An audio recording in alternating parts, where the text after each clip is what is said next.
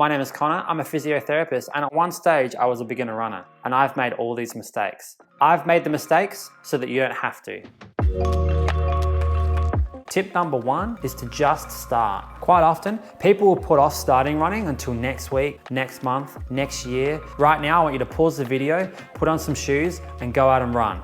But when you finish your run, come back and watch the rest of the video. I want you to jog for 30 seconds before having a 30-second walk break. And I want you to do that 8 times. If you can do that 8 times, congratulations, you've ran for 4 minutes. Now, if you're new here, be sure to stay to the end of the video and I'll give you a free 8-week program to help get you through your first 2 months of running in a safe and healthy manner. Tip number 2 is to get outside. The last thing that I wanted to do when I started running was to be running on a treadmill in a gym, half a meter from a mirror, sweating like a pig and absolutely hating it. Get outside in nature, take in the sun and enjoy the process of becoming a runner.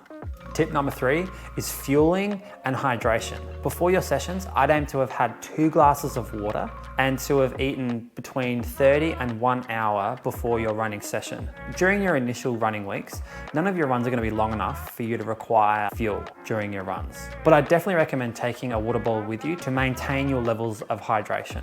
After your runs, I'd suggest eating a carbohydrate-rich meal to replenish the glycogen stores that would have been utilized during your run. If you want to see what I eat before, during, and after my workouts, please go over to my What I Eat in a Day video for more information. Tip number 4 is to pace yourself. Now, if you did pause the video before and did go for a run and found it really hard, maybe this is the mistake that you made. I'd recommend running at a pace in which you feel like you could still continue a conversation whilst you're running. This pace is called your easy conversational pace and is the pace that every runner runs at, from beginners all the way to elite marathon runners. If this pace is not conversational, then it's too fast. Tip number 5, equipment. So what equipment do you actually need when you start? Not a lot. I'd recommend going to your local sports store and finding clothes that are potentially on special, that are really nice fitting and comfy and also quite lightweight. Do you need a watch? No.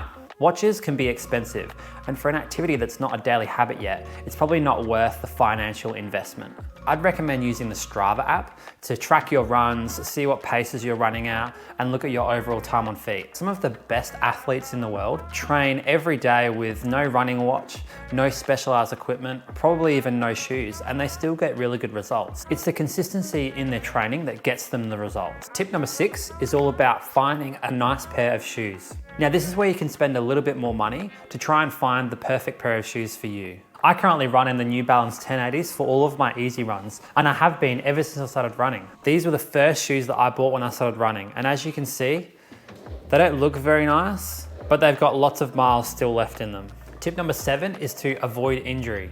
Novice runners on average tend to get 17 injuries per 1,000 hours of running, compared to intermediate and advanced runners that tend to only get 7 injuries per 1,000 hours of running. So how can you avoid this issue? I'd suggest listening to your body and running 2 or so days per week for a few months before you feel comfortable with that, and then increasing it. Tip number 8 is to run socially. Running doesn't have to be a solo venture, and a lot of people make the mistake of trying to run on their own, and doing this can make people less motivated to make running a long-term habit. I'd recommend starting your running journey with friends or with family, or finding events around you that are on regularly that you can attend.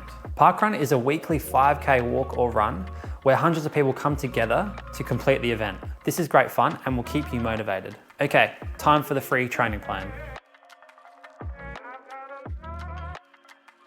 But that's it for the video. Thank you for watching, and I'll catch you guys next time. See ya.